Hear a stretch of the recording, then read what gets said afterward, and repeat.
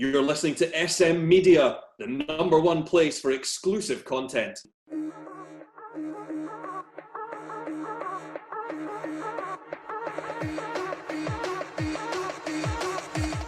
Hi everyone, and welcome to the latest episode of the SM Media Euro 2020 show. I'm Scott McPike, delighted to be your host as always. Joined star-studded tonight, just one away for the full pack, but Shankers is here as always. Shankers, how are we? I am good, Scott. Especially the 8 o'clock kick-off tonight. There was plenty goals, end-to-end stuff, so exciting. Well, it's been goals galore all day. We're joined as well by Rory Lloyd. Rory, welcome to the show. Or Rory Lloyd, should we call you? Yes, indeed. I get Lloyd all the time, so don't worry about it. I may as well change my name. I look forward to the show. It's been a great night of football, loads and loads of goals, as Shanker says. Some controversial decisions as well, which are always a good talking point. Yeah, definitely. We'll get into all that. We will, obviously, me and Shanker's done the live show last night on Facebook. We didn't do it on YouTube, which I probably should have put on YouTube, but we'll start with the games yesterday. Obviously, Shankers has had his thoughts, but we'll get some further updates later for Shankers. Rory, what was your thoughts last night as Scotland went out of the European Championships after the 3-1 defeat to Croatia at Hampden? I think the same as the rest of the nation, just disappointed. I think people lose sight of the group we were in as well. It was a competitive group, tough group. Czech Republic are a good team, a right good team, and so are Croatia. And obviously, as much as it pains a lot of us to say it, England are a great side. So I think it was the same with Czech Republic. We went into that going, well, if we can win that one, and it was all about winning that, and we lost sight of who we were actually playing. I think it was the same last night. We just need to win. We just need to win. Forget you still need to beat Croatia. 3 years ago in the World Cup final, Modric was outstanding, as was Kovacic, the lad next to him. Perisic gave Stephen O'Donnell and that's no slight against Stephen O'Donnell. I watched Perisic do it exactly the same thing to the Czech Republic fullback. He was outstanding as well. Great side, Lovren at the back as well. So look, it's disappointing. I think when Callum McGregor scored, I had that little bit inside me going, it's going to happen. But Croatia seemed to step it up a gear, and fair play to them. The ardent Scotland fan as you could find, the best team went through. Mm-hmm. Have you ever scored a goal as good as Modric's? I scored an absolute belter at Tynecastle once. Right off, Shankers is looking at me like, why did you ask him that? Turned Jordan McGee, an absolute belter, and smacked in the top bin for about 25 yards. Tynecastle would be a good one to score at, I reckon. Every day when you hear a lot of players' interviews and they say about the best stadium to play against, a lot of them say Tynecastle. I can tell you about my other goals there as well if you want. No, I've not got enough. No, you're all right, no worries. Shankers, you've had 24 hours to think after last night. Has your opinion changed in any way? No, really. I think when you come on and talk so fresh, everything's in your mind. But when you sit and reflect, Rory's hit the nail on the head. Everybody's saying 3 points. That's all we need. But they realistically need to remember who we're coming up against. And I know it was 3 years ago, but they were in the World Cup final. Modric separated Ronaldo and Messi to win the Ballon d'Or, which has not been done for a while. So I think when you reflect and look back at the three games, we never done enough to get through. And it was a tough group, to be honest, especially for Scotland. I mean, I think we've got a good group of players, but it was a tough ask. And to be honest, it probably was a fair reflection on the 3 games. Scotland with 1 point. That's probably all we deserve, to be honest. Definitely. Rory, do we think there's foundations there to build on that and potentially challenge for a World Cup spot and potentially Euro 2024? Do you think there is a foundation to build a team? Yeah, I think so. I definitely think there is. We've got a relatively young squad. We've got some up-and-coming players, so it's progress. It's 23 years later, and we've finally got to a major final. It's one of those ones you could, I suppose, if you're optimistic or pessimistic, you could look at it with a sense of realism and go, well, we were never really going to be favourites to qualify from that group, even in third. But then you look at Wales and think, right, well, if we played Wales tomorrow, I think it's think it's a pretty even game. And then, you look on the balance of it and say, well, who would you rather have in your group? England, Czech Republic or Croatia, or Turkey, Italy and Switzerland? I think they're both pretty similar groups. They're very competitive groups. Wales managed to get through theirs. So you're looking at Scotland, and on the one side you're going, aye, and deep down I do feel that it was always going to be an uphill task. But then you look at the likes of Wales, and that game will come round on Sunday, and we'll be watching that game going, it could have been us. So Wales are managing to, in my opinion, punch above their weight. It's just a shame we couldn't have done it. But I do think that'll stand the younger players in the squad in good stead. And Nathan Patterson getting some exposure. It's a shame David Turnbull didn't get some minutes as well. I would have liked to seen him get some minutes. He scores a lot of goals, and I think that with 25 minutes to go, I didn't see the harm in bringing him on. I think little bits of experience here and there for the likes of these guys is only going to build a bright future for us.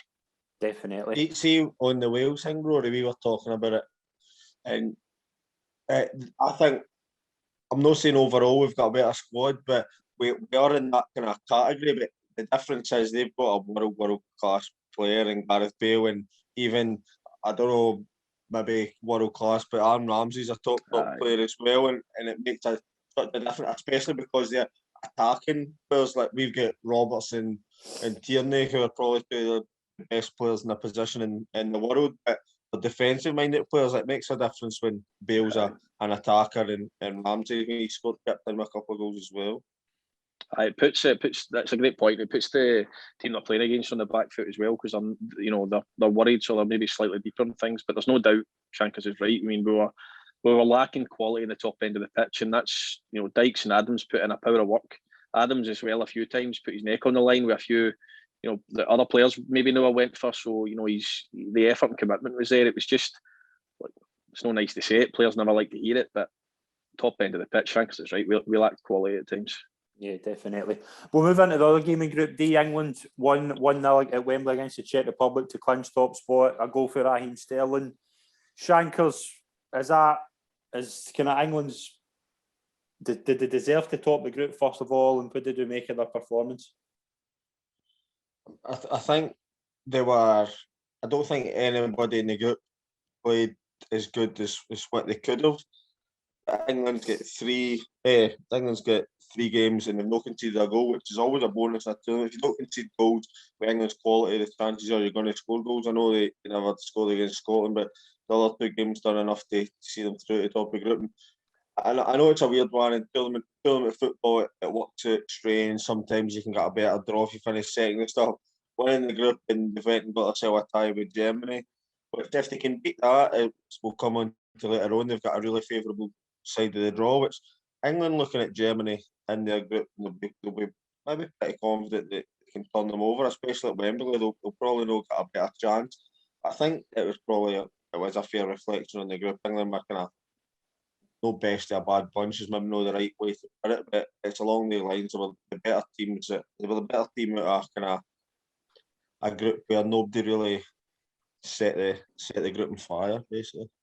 Rory, obviously the team was changed again, and Bukayo Saka came in, and by all reports he was the best player in the park. Like, does that give Gareth Southgate a selection problem going forward with Saka and Grealish kind of impressing enough?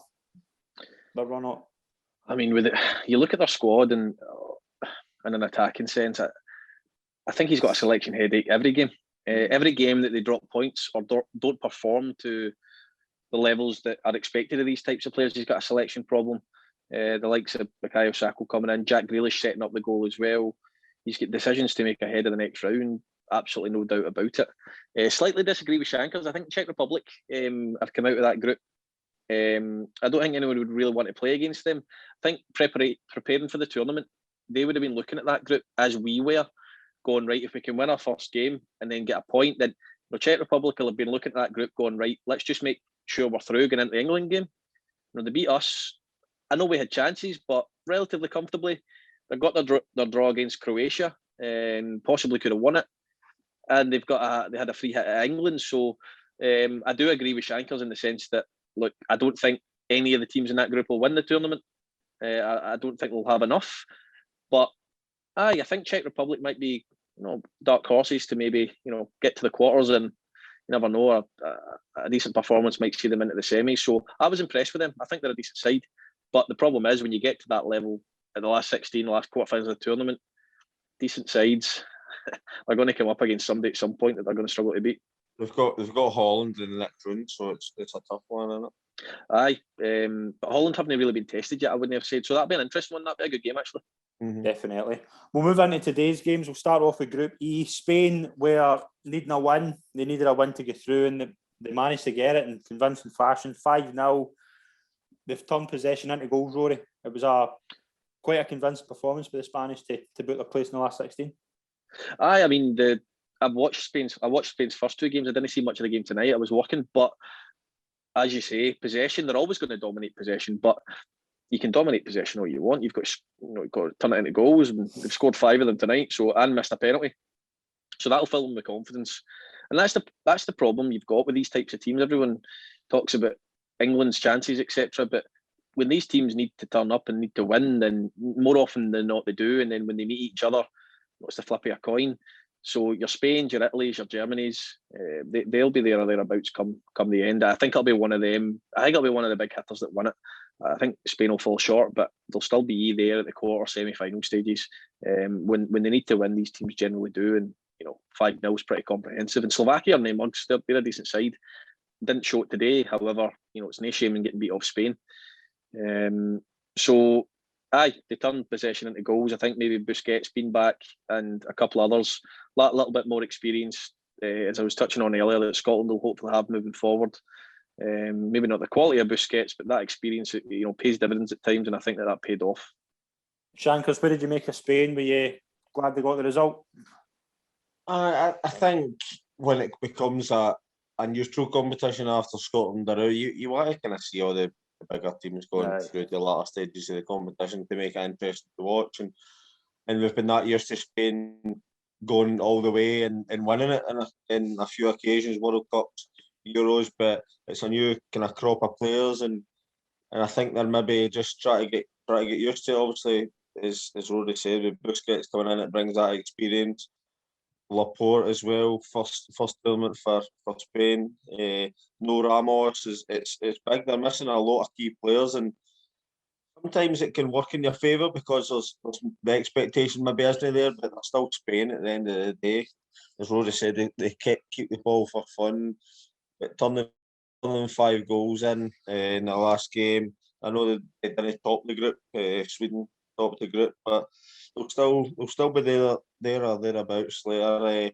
Quite gutted for Morata when he missed that penalty. I would have liked him to score and see if he would maybe have kicked on in the tournament. I think he's a good player. He's just unfortunate at times. He's not really a 40 goal a season striker like what you need for teams that he's been about. He's been about a lot of top clubs, and I wouldn't say he's done amazing at any of them. He's done good at some teams, but he's not really lived up to what we expect for a player of that quality. But I would have liked to see him go on the score sheet, but Spain will get to quarters, semi-finals. I don't have any doubt about that.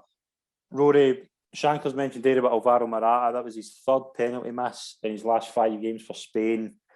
How do you solve a problem for Morata? Because it seems as if every chance he misses, you just see a shred of confidence going from. For a striker, how hard is that to get back to that confidence level? Aye, it's very difficult. And as Shankar says there, I mean, he must be doing something. He must have something, because you can't keep getting these moves consistently. Juventus, Real Madrid, and these top clubs must see something in him. The way he plays, or what he's producing in training every day, or how he brings other players into play. But in terms of the goal scoring thing,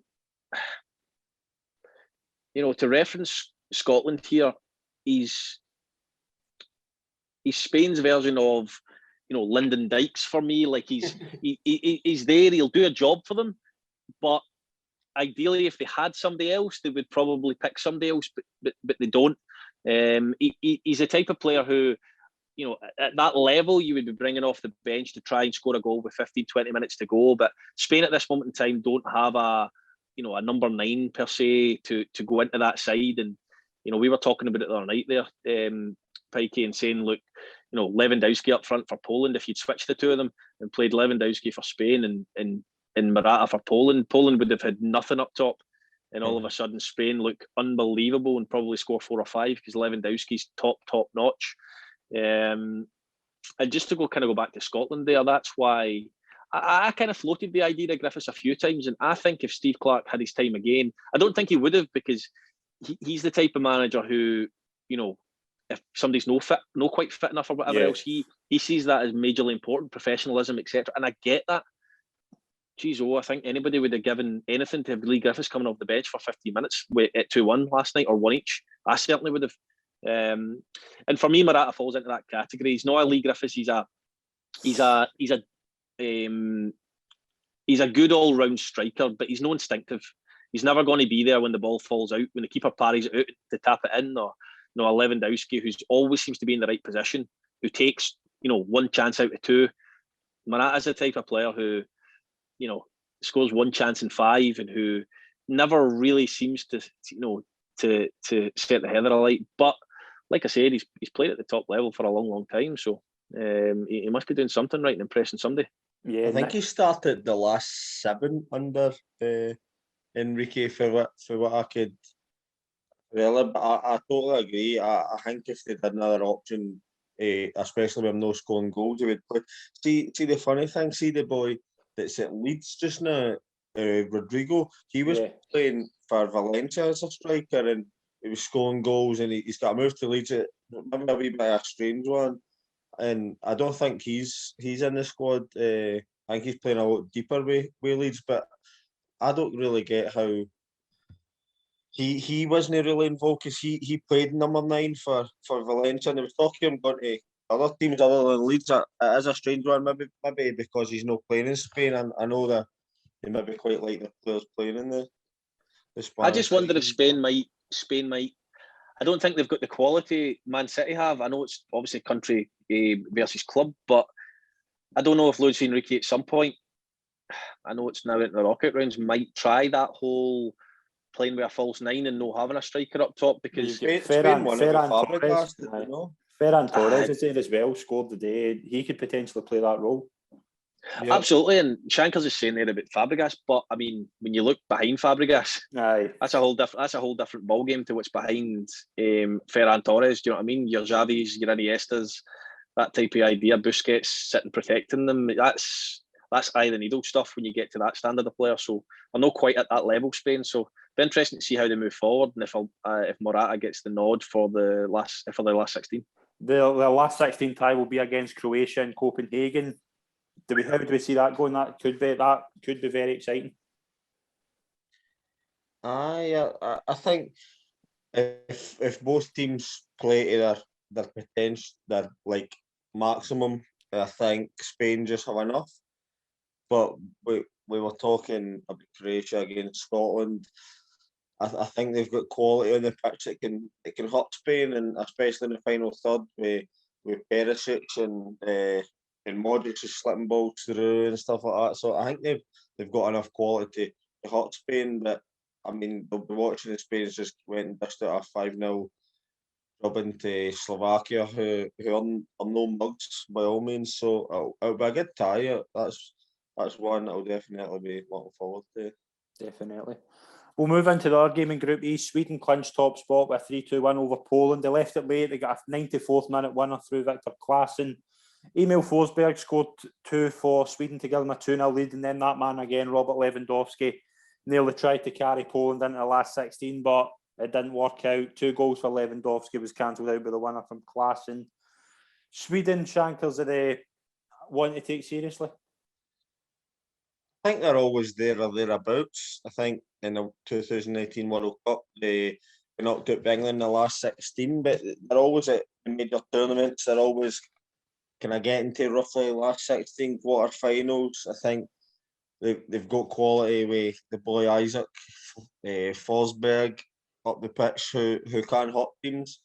It'll be interesting. Who have they got in the next round? They play Ukraine. Ukraine. So it's Sweden, Ukraine and Hamden. They'll be going into that, and they'll be they'll be thinking, then we've got a right good chance of getting through the quarterfinals. So will Ukraine, mind on the flip side, they'll be doing the same. I think both teams will fancy themselves to get a win. Sweden probably couldn't have got a more favourable draw to get through, but that'll be one of the ones where when they progress, whoever progresses in the other side of the tie to get them, I'll be looking forward to that one, because they'll see it as a chance to go further in the competition. Rory, what you made of Sweden so far? They've been good. Sweden's another team I look at, and Shankers is right. I don't know if it's a mentality thing. Again, I look at Sweden's team. They're starting 11. You've got Lustig in there, who we know is a good player, who is aging, who's played at Celtic and kind of moved on for Celtic. You've got their captain at 36 playing. You look around their squad and go, Sweden played Scotland tomorrow again. I'm not so sure I'd be confident Scotland could get a result. So you look at, and I think that's where the disappointment comes from a Scotland point of view. You look at, I'll reference Wales again, you look at your Sweden, you look at Ukraine. Players, they've all got players who are good players. We also have good players. And we fell short and they went through. I think that's where the frustration lies. But look, Sweden have been consistent. They've had the same group of players, and Shankers touched on it earlier. At the top end of the pitch, they've got Forsberg and the boy Isaac, who looks a right good player. So maybe that is a difference. Maybe Shankers is right, and maybe it's just the disappointment from me looking at other teams and going, we're as good as them. No, I totally agree with what you're saying. Yeah, Kulusevski came on as well, made a real good impact.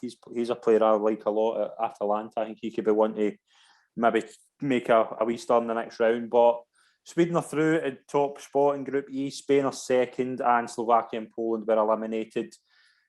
Shankers, do you feel for Poland? But when we say Poland, do you feel for Lewandowski? Obviously, 3 goals he scored. He's basically dragged Poland in this tournament. Is he the best player not to reach the last 16? It probably is, after Nathan Patterson and Billy Gilman. I knew that was coming. That one was so old. It probably is, but it's similar to Wales as well. I know Wales get through, but they've got a world-class player up the pitch. If Poland's going to score, he's going to score their goals, isn't he? Well, let's be honest.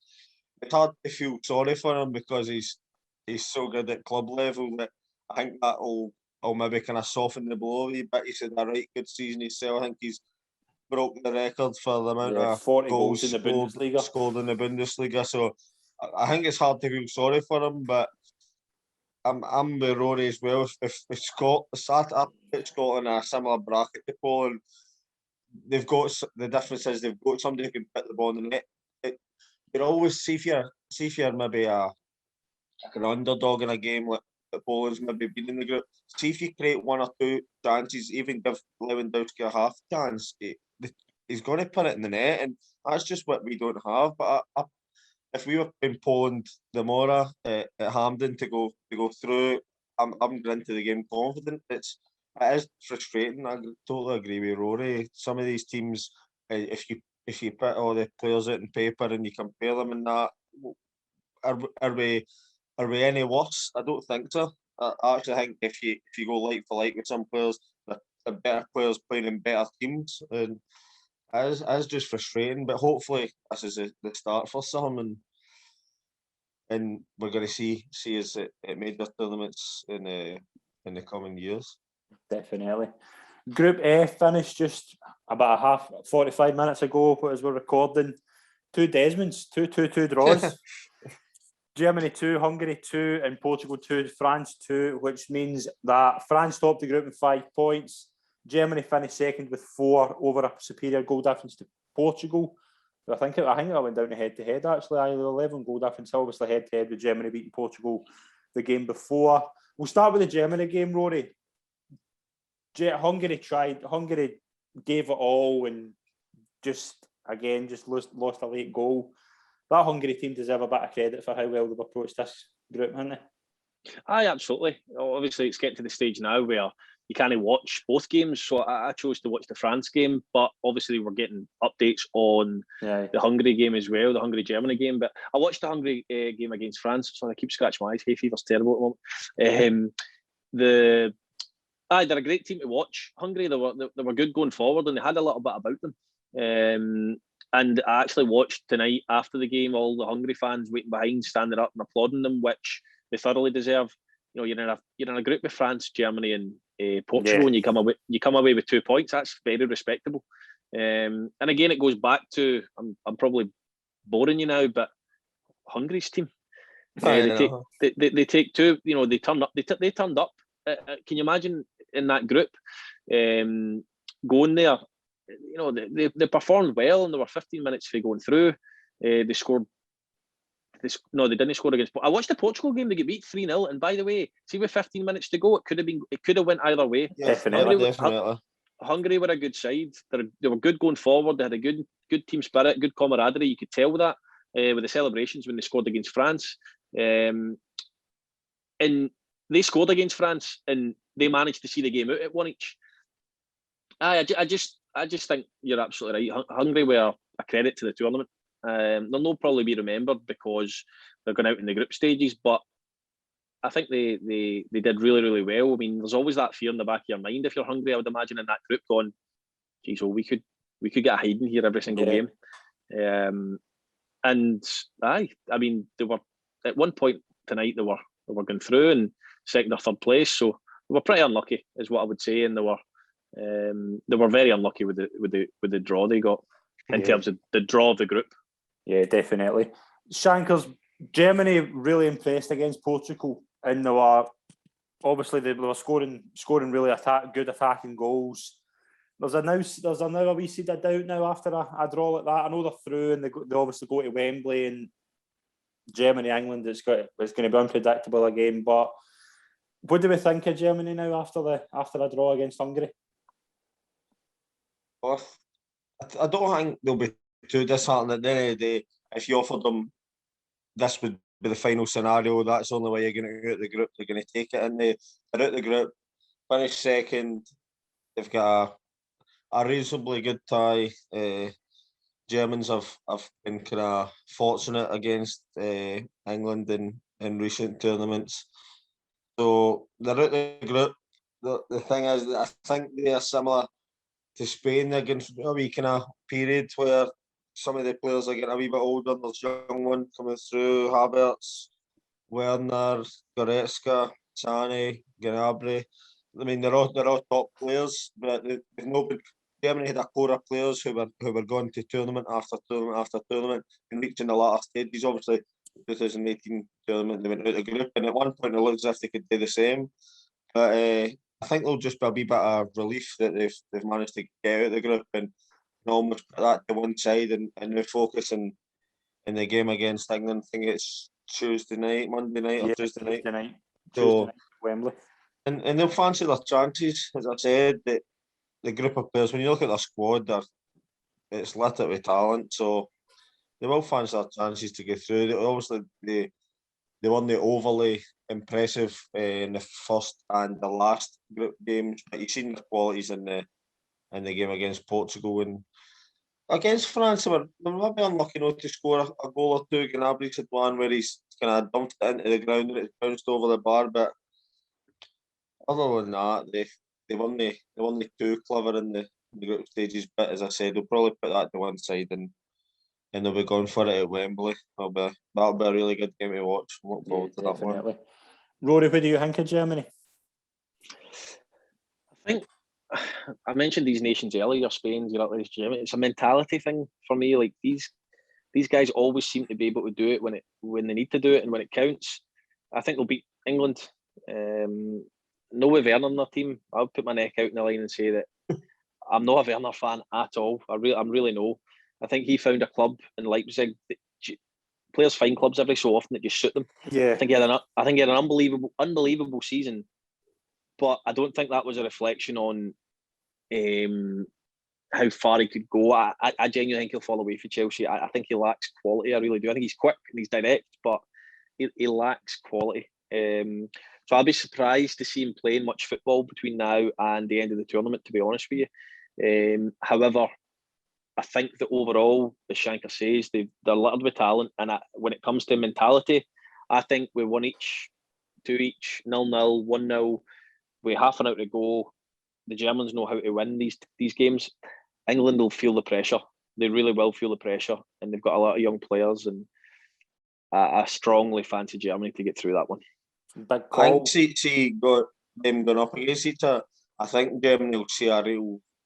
I'm not saying a weakness because England back four, they're all good players, but I think they will see a wee bit of a weakness there and think there's a bit to be got at with maybe Maguire and Stones, or if they play Mings, or whether they play Shaw or Chilwell, or if they say they play Trippier there, then he's playing out of position. So I think they'll see that side there, because England's got a wee bit of a weakness there, and that's probably one of Germany's strongest points with pace and power up front. And totally agree with Rory. They've got a mentality, and they've almost got a wee bit of a hold over somebody like England, where they've kind of knocked them out a load of tournaments when they've come off against them. Do you enjoy the third place going through, Shankers? Do you like that?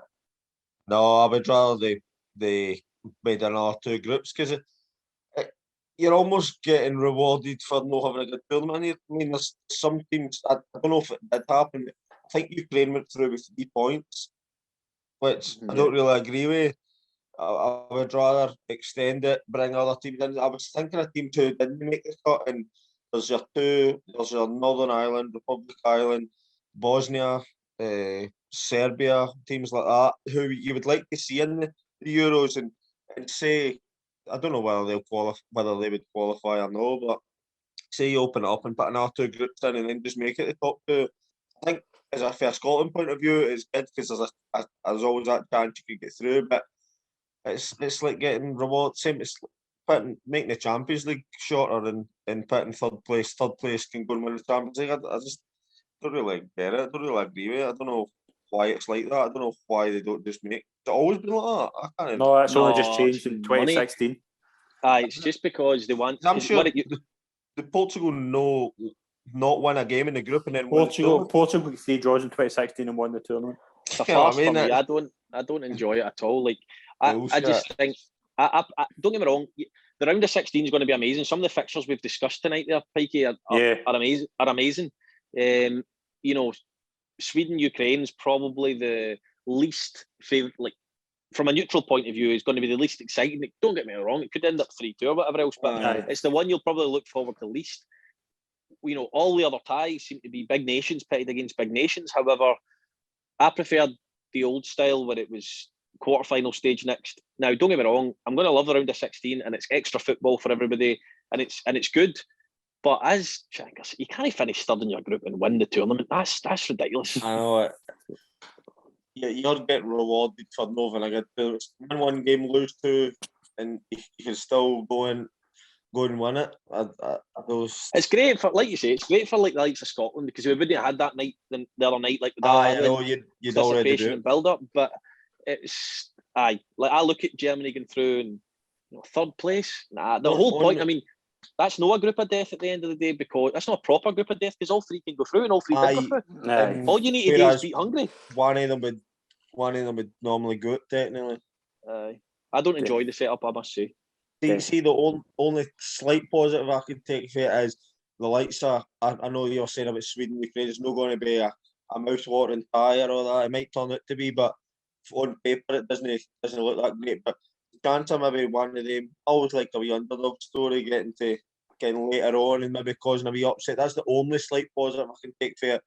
But you do want all the big teams can go into later stages, but you also want always like a shock. Let's say Germany going out the World Cup group. If 2 of them can only go through, then France, Portugal, or Germany's going out the group. So it's never going to change back now, because you and Scott are talking about it on here. But that's a strange one. I don't get it at all. See, another thing I noticed, which, sorry for sidetracking here, but why did England play 3 games at Wembley?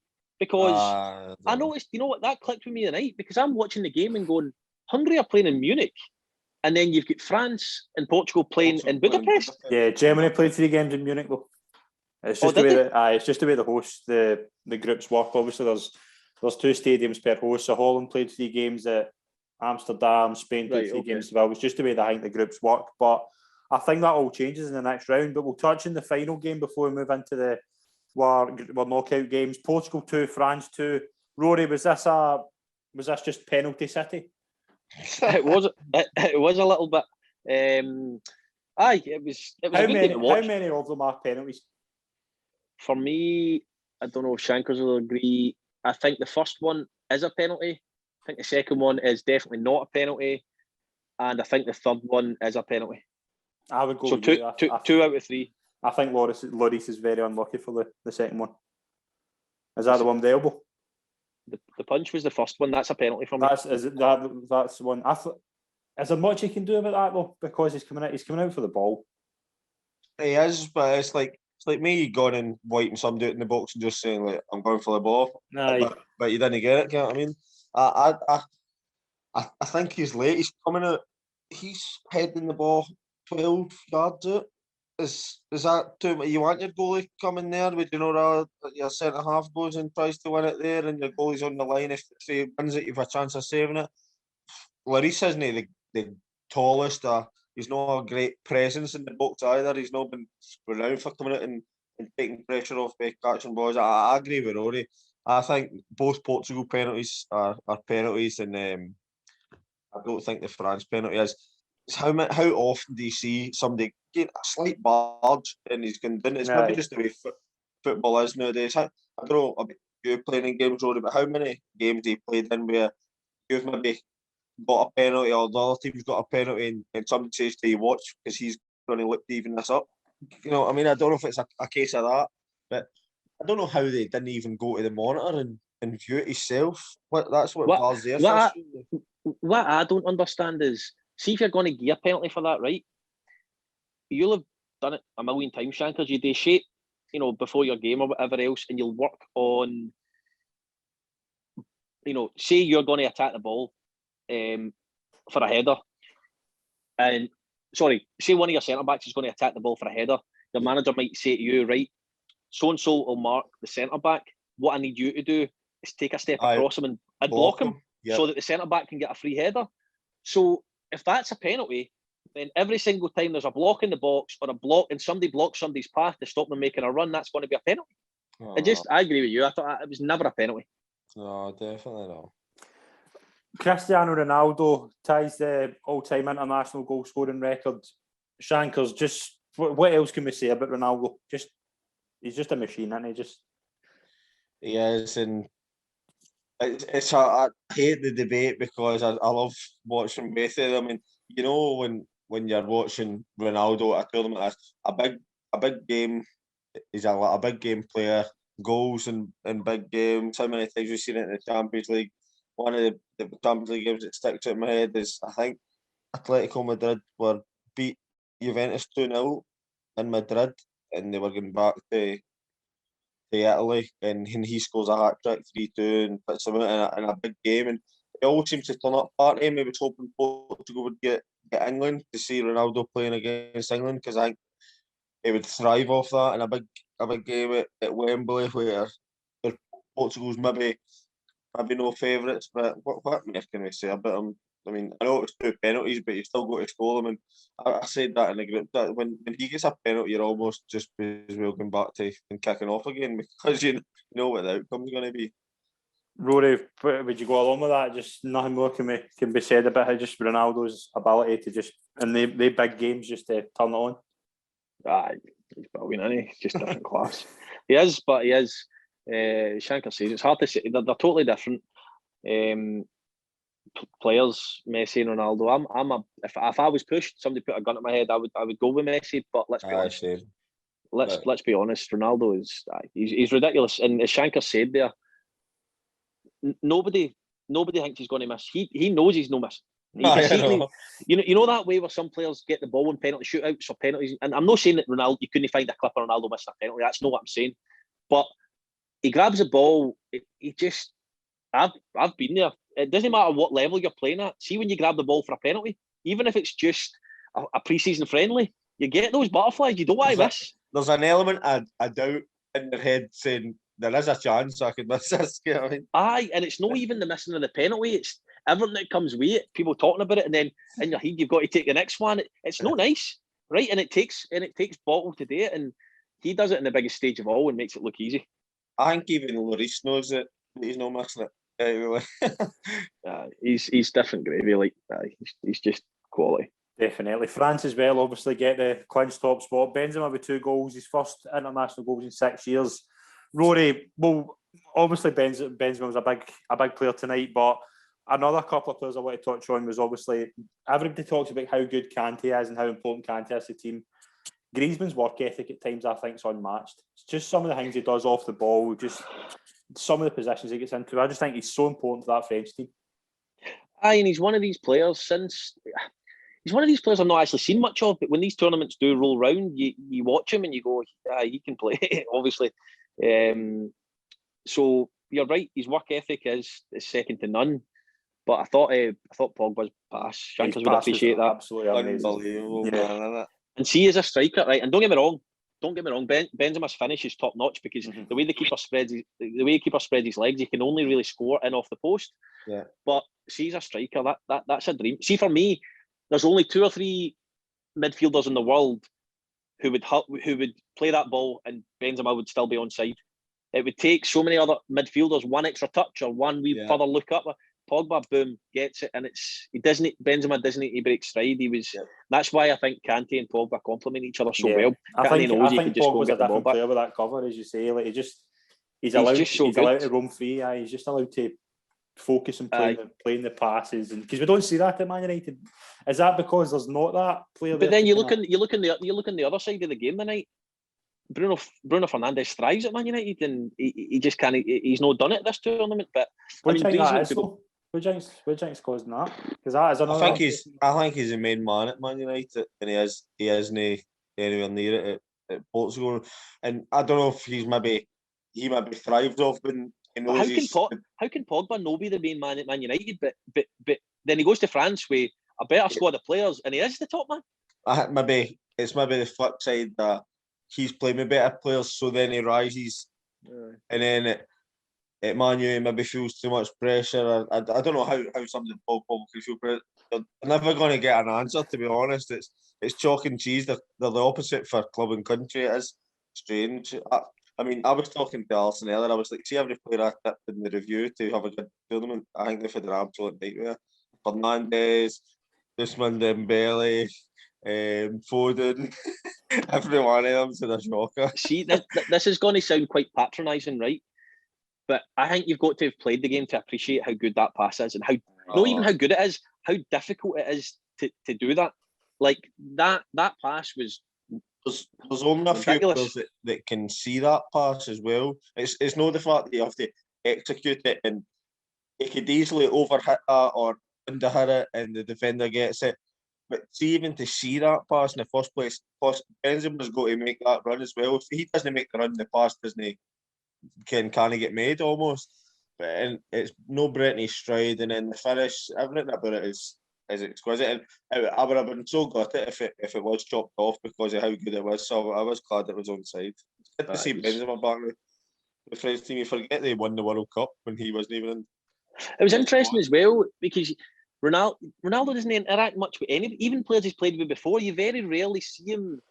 Him and Benzema obviously had a good relationship because they were very. You don't often see Ronaldo. He shook his hand after the penalty.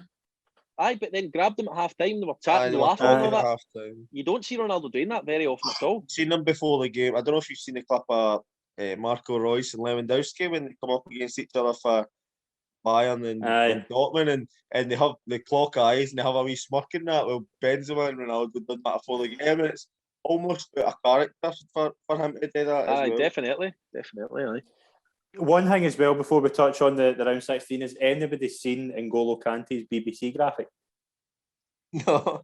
You need to search for it on Twitter. He looks like a 70-year-old man. Whoever's done that. Some of the graphics are outstanding. Pogba's, Griezmann's are all class, but look at Kante's. Try and find it on Twitter if you can. It's a belter. Oh, we can't. But we'll move into the round of 16. Obviously tonight it's been sealed. The group stage is over. The fixtures are as follows. On Saturday, Wales play Denmark, and we also have on Saturday Italy against Austria at Wembley. 27th, and Belgium play Portugal, and Holland play the Czech Republic. Monday, France play Switzerland, Croatia versus Spain, and Tuesday, England, Germany, and Sweden, Ukraine at Hampden.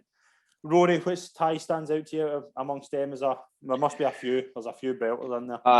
It's don't make me pick one. There's a few crackers. I think England-Germany will be one of those ones that, as a home nation, and because we're so close to England, we'll look forward to watching it, and obviously hoping the Germans can win. But I don't think it'll be that exciting a game. I think it'll be quite cagey. Do you think it's destined to go to penalties?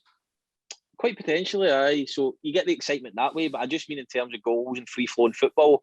I think it'll be lacking. I think Portugal-Belgium will be some game. I think that'll be that one. I think it'll be open. I didn't even see that. So I think we'll get goals. I think we'll get controversy when Ronaldo's involved. You get De Bruyne, you've got Lukaku, you've got loads on the pitch. So if I absolutely had to pick one, I think it's two nations who have the potential to win it but won't win it. But I think that actual tie, I think they'll both go for it, and I think we'll see goals. So if I had to pick one, then I would probably pick that one. I want to see Italy go all the way. If I had to pick one winner that I wanted to, I think it'll be France that win it, but I want Italy to win it. Shankers, what's the tie of the round in your opinion? What are you looking forward to? Don't need to pick one. You can pick about 7 here.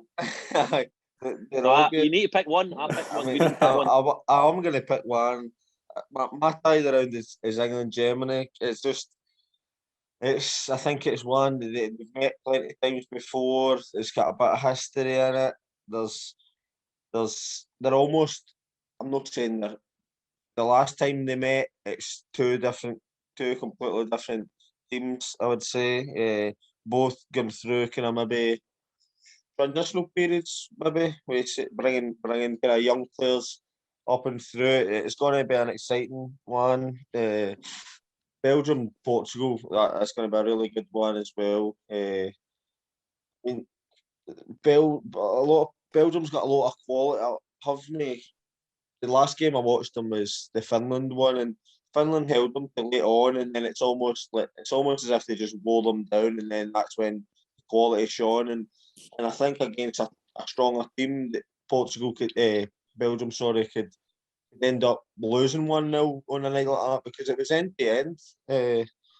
So that'll be a good one as well. Spain, Croatia, also another good one. So there's plenty of good games, and as we say, the later it goes, it's only going to get better. So do you ever wonder, Shankers, that like obviously we get all the English stuff, right? Do you think in Germany they think it's as big a tie as they do in it? So say Germany beat Italy or Spain, we would never be exposed to the media coverage around that. So for all we know, Germany could see Italy as their main rivals, or Spain, but see when it's England-Germany, England feed us this information that it's a huge game for Germany. Is it a huge game for Germany? Do you not think though, if England were to get by Germany, it'd be a massive boost for them psychologically?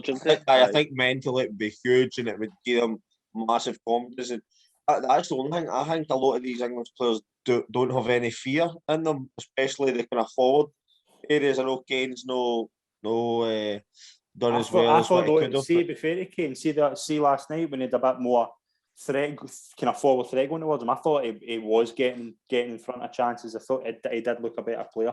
I don't think he's been helped by the conservatism. Is that probably the best word to use it? How kind of they haven't been as direct in the first two games. I thought there was a difference there. I think England are going to play better against their home team. I really do. I don't think they'll win it. I fancy Germany to win the whole thing. I'm going to call it now that England won't win anything with them. No, I don't think they'll win it. I actually think Germany will beat them. I still fancy Germany to win the whole thing. But I think Germany or Italy for me. But I just think England, if they... No France, Pikey? No fancy France? Of course I fancy France, but I don't want to go along with the all bandwagon. Three of them going to win it. I don't want to go along with the bandwagon I used to, but it'd be a massive... bandwagon. And as well as that, that side of the draw does look quite tasty for that perspective. Now you've got whoever wins that plays Sweden or Ukraine, and then you've got Holland, Czech Republic, Wales, and Denmark. Like, it's not as you look at the other side of the draw: Belgium, Portugal, Italy, France, Spain. They're all on that other side of the draw. It does look a tastier side of the draw. Did you hear Jermaine Genesis' comment and commentary? No. He said he worries for England against any sides in France's group because they've had 3 tough games. So Germany have tough games, whereas England haven't. That's pretty much what he said. That's what he said. I think his exact quote was, Germany have been up against it every game and have been challenged, whereas England have only had to play for 45 minutes here or there. But that's some of his comments are wild. See the one if Pogba's kind of rolled it with studs and he's put it in the top corner and Patricio's made that save. It was a world class save, and he says he should be saving that. What? I mean, saves. You can always tell a save in real time, and it was a ridiculous save. You know, it's a world class save. It's not a routine save by all means. It's gone right in the top corner. Ali McCoy is by far the best commentator on the. Yeah, I mean Clive Tilsley, without a shadow of a doubt. But see when he says absolutely, I think it's the best line of the whole. Just when he says absolutely, did I ever say that to you, Rory? I said you're absolutely shite, mate. That worked a dream. But obviously we're looking at this draw again. Who do we see? Like, if we were to, are you changed your opinions anyway, and who you think is going to win the whole thing? Like, has anything changed a bit? Any teams put you by surprise? I think France will win the whole thing, and I actually think France and Germany will meet up in the final again. Yeah, I think it could be Germany, Italy in the final, but obviously France are probably the favourites. I just don't want to jump in the France. Or maybe Croatia, or maybe Spain, mate. Ukraine have maybe got a sniffing off. Has your opinion changed, Rory, in any way? Any teams? Like, has any team stood out to you that you didn't think would? Italy, yeah. I think obviously with Italy, you would look at it and go, they've got a group that they'll probably get through, but I didn't see them being series contenders. But to answer your question, they've changed my mind. I think they're capable of going all the way.